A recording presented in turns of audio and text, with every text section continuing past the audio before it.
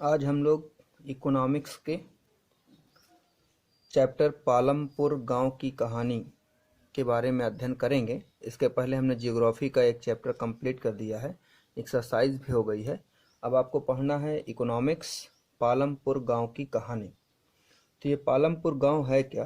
तो कुल मिला के कहें तो ये एक गांव है जिसकी हमने कल्पना की है, यानी हाइपोथेटिकल विलेज है, जिससे कहें कि एक प्रकार से काल्पनिक गांव है।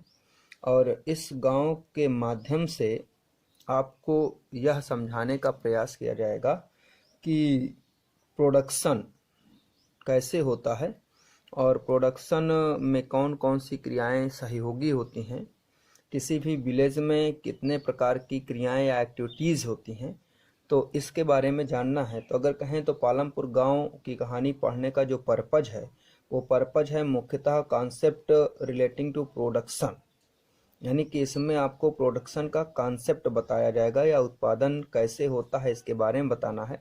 तो ये पालमपुर गांव एक काल्पनिक या कहें कि हाइपोथेटिकल विलेज है।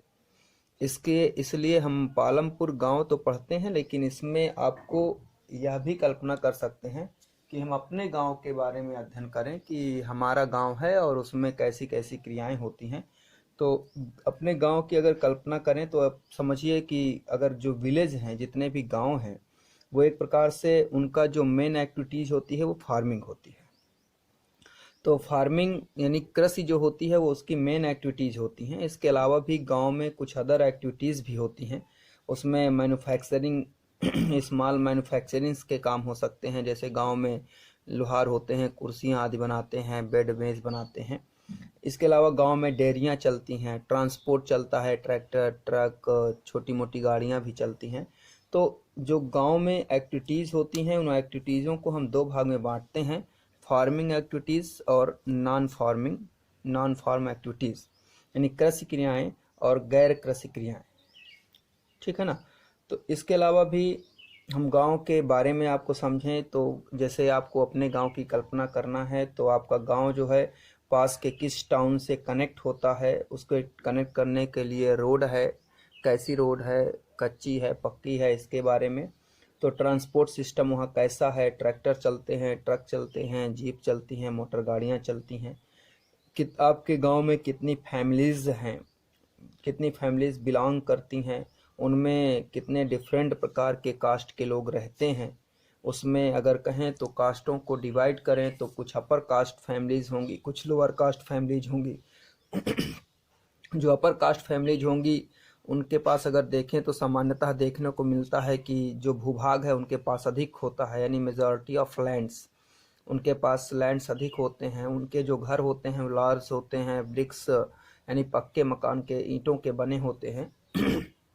वहीं लोअर कास्ट फैमिलीज़ की बात करें तो उनके हाउस जो होते हैं वो कच्चे झोपड़ी नुमा होते हैं। तो अगर कहें तो मुड एंड स्ट्रॉ, यानी कि कच्चे घर झोपड़ी आदि पड़े होते हैं। इसके बाद किसी भी गांव की कल्पना करना है, उसमें इलेक्ट्रिसिटी कनेक्शंस कितने घरों पर है, लगभग सभी घरों पर या कुछ घरों पर नहीं है। ट्यूबवेल्स नलकूप आदि कितने हैं, इसके बारे में। आपके गांव में प्राइमरी स्कूल हाई स्कूल की संख्या कितनी है, हेल्थ केयर सेंटर है कि नहीं है। तो इस प्रकार से अगर कहें तो पूरे गांव की एक्टिविटीज़ समझाने के लिए इस पालमपुर गांव की कहानी बताई गई है। आप NCERT बुक डाउनलोड कर सकते हैं, उसमें पालमपुर गांव की कहानी को खोलकर पढ़ेंगे तो उसमें यही सब एक्टिविटीज़ बताई गई हैं। तो ये एक्टिविटीज़ आप लोग पढ़ लेंगे। हमने सामान्यतः संक्षेप में इसके बारे में बता दिया है कैसे क्या करना है। तो आपको पढ़ना है पालमपुर गांव की कहानी। तो हर एक गांव में कुछ एक्टिविटीज़ होती हैं जिन्हें हम दो भाग में डिवाइड कर सकते हैं, फार्मिंग एक्टिविटीज़ और नॉन फार्म एक्टिविटीज़। तो फार्मिंग एक्टिविटीज़ मतलब जो कृषि से जुड़ी क्रियाएं हैं। नॉन फार्म एक्टिविटीज़ यानी कृषि के अलावा, जैसे गांव में डेयरी चलती है, ट्रांसपोर्टिंग चलता है, एक स्मॉल स्केल की मैन्युफैक्चरिंग का काम चलता है, गांव में जनरल स्टोर्स होते हैं। तो ये सब गैर कृषि क्रियाएँ आती हैं या नॉन फार्मिंग एक्टिविटीज़ होती हैं। इस चैप्टर का जो मूल उद्देश्य है वो क्या है, कॉन्सेप्ट बताना है प्रोडक्शन का। तो हम आते हैं प्रोडक्शन। प्रोडक्शन है क्या, व्हाट इज़ द प्रोडक्शन, या उत्पादन किसे कहते हैं? किसी भी प्रकार की वस्तु और सेवाओं का सृजन करना ही उत्पादन कहलाता है। देखिए, वस्तु मतलब, वस्तु समझ रहे हैं, कोई भी वस्तु हो, चाहे हम गेहूं उत्पादन कर रहे हों, चाहे हम चावल उत्पादित कर रहे हों, चाहे हम गेहूं से मैदा बना रहे हों, चाहे हम गेहूं से बिस्किट बना रहे हों, चाहे हम वस्त्र बना रहे हों, तो किसी भी प्रकार के वस्तु का उत्पादन करना क्या है? उत्पादन है। सेवाएं क्या हैं? यानी सेवाएं और वस्तु में अंतर है कि वस्तु में हमें कोई ना कोई भौतिक रूप से, फिजिकल रूप से वस्तु मिलती है, सेवाओं में हमें वो वस्तु नहीं मिलती है। जैसे मोबाइल सेवा, हम जो कॉल ट्रांसफ़र करते हैं वो सेवा है, उसमें कोई वस्तु नहीं होती। ट्रांसपोर्ट सिस्टम, किसी के गाड़ी में बैठे हमने यहाँ से वहाँ हमको उतार दिया, तो उसमें हमें कोई वस्तु नहीं मिलती है किसी प्रकार से।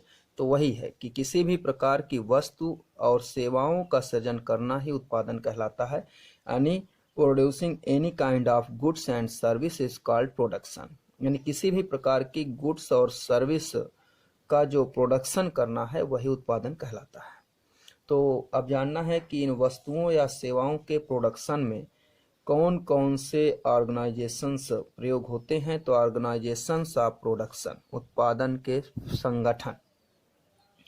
तो किसी भी प्रकार के उत्पादन के संगठन में मुख्यतः अगर कहें तो 4 चीज़ें आवश्यक होती हैं। यानी there are 4 requirements for production of goods and service. तो 4 प्रकार के रिक्वायरमेंट्स की ज़रूरत होती है। उन चारों में पहला है भूमि यानी लैंड, दूसरा है लेबर यानी श्रम, और तीसरा है भौतिक पूंजी यानी फिजिकल कैपिटल, और चौथा है मानव पूंजी यानी ह्यूमन कैपिटल। तो ये 4 प्रकार की मतलब चीज़ें हैं, या कहें कि 4 प्रकार की रिक्वायरमेंट्स हैं जिनके द्वारा किसी भी प्रकार का प्रोडक्शन या उत्पादन किया जा सकता है। इसको आप एक एग्जाम्पल से समझें। जैसे आपका विद्यालय है, तो जो विद्यालय का कैंपस है, ठीक है ना, जो लैंड्स है, भूभाग है, वो भूमि हुई। लेबर यानी वहाँ पर जितने टीचर्स और अन्य अदर वर्कर जो स्टाफ होता है वो सब क्या करता है? श्रम करता है, तो लेबर्स हो गए। फिजिकल कैपिटल्स है, तो जो बिल्डिंग्स हैं, जो टेबल्स हैं, जो ब्लैक बोर्ड्स हैं, जो आपके ट्रांसपोर्टिंग के लिए बस हैं, ये सब क्या है? आपके फिजिकल कैपिटल्स हैं। क्लास में यूज होने वाली चाक है, ये फिजिकल कैपिटल आते हैं। मानव पूंजी यानी ह्यूमन कैपिटल्स, इसे 2 भाग में बांटते हैं। कुछ ऐसे होते हैं जो ऑर्गेनाइजेशन का काम करते हैं, संगठन का काम करते हैं, और कुछ ऐसे होते हैं जो उसमें पूंजी निवेश का काम करते हैं। तो ऑर्गेनाइजेशन या संगठन का, जैसे आप प्रधानाचार्य होते हैं विद्यालय में, तो प्रधानाचार्य कंपनी में आपके मैनेजर जिसे सीईओ कहते हैं, उनका काम एक होता है। दूसरा जो होता है जो इंडस्ट्री में पूंजी को इन्वेस्ट कर रहा है। तो जो ह्यूमन कैपिटल्स है उसमें 2 कैटेगरी हैं, एक उसको कंट्रोल करने वाला और एक उसमें इन्वेस्ट करने वाला। तो एक एक के बारे में हम जानेंगे। तो पहला, भूमि किसे कहते हैं? What is the lands? प्रकृति से प्राप्त समस्त निःशुल्क उपहार भूमि कहलाते हैं। मतलब हमें प्रकृति से जितनी भी चीज़ें निःशुल्क मिलती हैं वो भूमि कहलाती हैं। यानी all free gifts received from nature are called lands. यानी हमें नेचर से जितनी भी चीज़ें फ्री में मिलती हैं, गिफ्ट के रूप में मिलती हैं, वही क्या है? भूमि है। ये इकोनॉमिक्स की भाषा में है। यानी अगर हम कहें तो वाटर भी भूमि है, फॉरेस्ट भी भूमि है, जो मिनरल्स हैं वो भी भूमि है, लैंड्स है, जो सॉयल है वो भी भूमि है, एयर है वो भी भूमि है, जो रॉक्स चट्टाने हैं वो भी भूमि है। अब आप कहेंगे कि हमें तो रॉक्स खरीदना है, हमें मिनरल्स खरीदना है, वाटर भी क्रय करना पड़ता है। ये हमें नेचर से निःशुल्क मिला है। आपको ये चीज़ें जो उपलब्ध होती हैं उसमें श्रम का मूल्य जुड़ा होता है। यानी उसमें जो लेबर वर्क लगा उसका श्रम। यानी रॉक्स हैं तो भूमि के अंदर से रॉक्स को निकाल कर उनको रगड़ घिस कर आपके लिए बराबर करना और आपके घर तक पहुंचाना, इसके लिए आपको क्या देना पड़ता है? इसके लिए आपको मनी यानी धन, पूंजी देनी पड़ती है। बाकी ये तो हमें प्रकृति से तो फ्री मिली हुई है ना। जहाँ पर है वाटर प्रकृति से फ्री मिला है ना। आपको बॉटल 20 रुपए का प्रोवाइड होता है, वो आपको उसके मतलब उसका जो हमें यहाँ तक लाके देना और उसे प्योरीफाई करने का चार्ज लिया जाता है। इसी प्रकार से है। तो हमें प्रकृति से जितनी भी चीज़ें निःशुल्क या उपहार स्वरूप मिलती हैं वो सब भूमि होती है। ठीक है। सेकंड पे आइए, श्रम यानी लेबर। किसी भी व्यक्ति द्वारा किया गया ऐसा शारीरिक और मानसिक प्रयत्न जो किसी आर्थिक लाभ के उद्देश्य से किया जाता है श्रम कहलाता है। इसमें एक कंडीशन है, आर्थिक लाभ, यानी कि फाइनेंशियल गेन होना चाहिए। अगर हम कोई काम फाइनेंशियल गेन के पर्पस से नहीं करते हैं तो वह फिर श्रम नहीं कहलाएगा, लेबर नहीं कहलाएगा। क्योंकि जैसे हम क्रिकेट खेलें और उससे हमें कोई फाइनेंशियल गेन्स ना हो या हमें कोई प्रॉफिट ना हो तो वो हमारा लेबर नहीं कहलाएगा। अगर हम अपने रिलेशन के किसी को ट्रेन में बैठाना हो और हम कह दें चलिए आपका सामान हम लेके ट्रेन पे बैठा के आते हैं, सामान लाद के ले जाएं, ट्रेन में बैठाएं, वापस घर आ जाएं, कोई फाइनेंशियल प्रॉफिट नहीं हुआ तो वो लेबर नहीं है। लेबर तब है जब हम उनको वहाँ लेके जाएं, ट्रेन में बैठाएं और उसके बदले हमें कुछ मनी, मुद्रा प्राप्त हो जाए, धन प्राप्त हो जाए, तो वो लेबर है। जब हम उस काम को उस उद्देश्य से करेंगे, उस लेबर को, श्रम को हम उस उद्देश्य से, तो श्रम भी दो प्रकार का बताया गया, शारीरिक एंड मानसिक। यानी शारीरिक शरीर का काम होता है, मानसिक मेंटली वर्क किया जाता है, दिमाग का वर्क है। आगे इनको हम वर्गीकृत करके इनको डिफाइन करेंगे, शारीरिक और मानसिक श्रम में क्या डिफरेंट है। यहाँ समझना है श्रम क्या है, किसी भी व्यक्ति द्वारा किया गया ऐसा शारीरिक व मानसिक प्रयत्न जो किसी आर्थिक लाभ के उद्देश्य से किया जाता है श्रम कहलाता है। यानी the physical and mental effort done by a person for a purpose of financial gain is called labour. यानी जब किसी व्यक्ति द्वारा कोई फिजिकल और मेंटल जो वर्क किया जाएगा, लेबर मतलब जो एफर्ट्स किया जाएगा, प्रयत्न किया जाएगा, किस उद्देश्य से, फाइनेंशियल गेन के उद्देश्य से, वही श्रम कहलाता है। हम श्रम को भी 3 भागों में डिवाइड करते हैं, यानी क्लासिफाई लेबर इनटू 3 पार्ट्स, यानी श्रम को 3 भाग में बांटते हैं। पहला है कुशल व अकुशल श्रम, यानी स्किल्ड एंड अनस्किल्ड लेबर्स।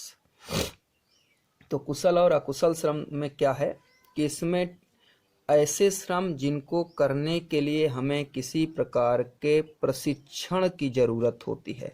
प्रशिक्षण मतलब ट्रेनिंग।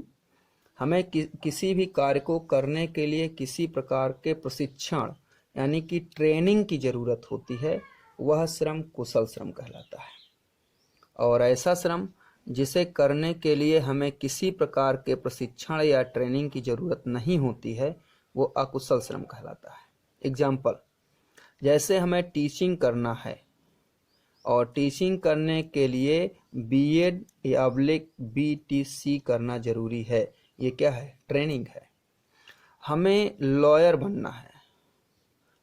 बनना है, इसके लिए हमें क्या करना है, लॉ करना है, ये हमारी क्या है, ट्रेनिंग है। हमें इंजीनियर बनना है, इसके लिए हमें क्या करना है, बीटेक करना है, ये क्या है, एक ट्रेनिंग है। तो आपको समझना है कि ऐसे वर्क जिनके लिए किसी प्रकार के प्रशिक्षण की, जैसे टीचर्स के लिए बीएड, लॉयर के लिए लॉ, इंजीनियर्स के लिए बीटेक ईटीसी, तो वो सभी श्रम क्या कहलाएंगे, कुशल श्रम कहलाएंगे।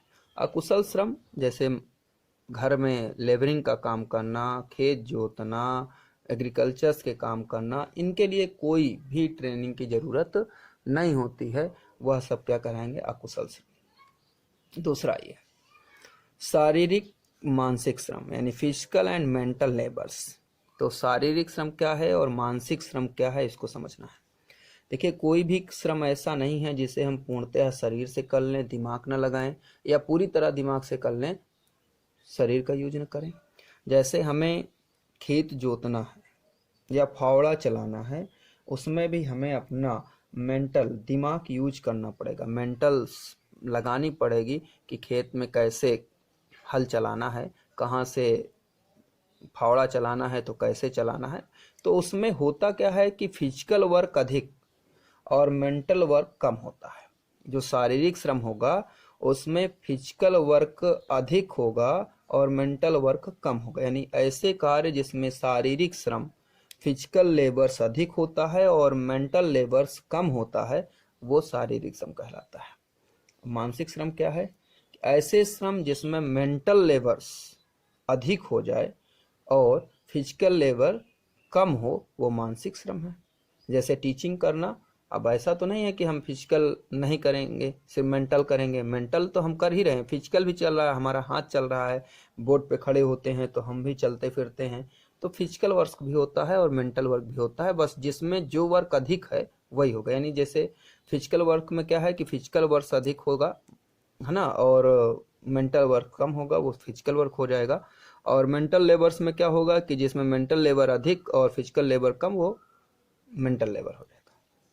उत्पादक और अनुत्पादक, अब इसमें देखिए प्रोड्यूसिंग एंड अनप्रोड्यूसिंग लेबर्स है।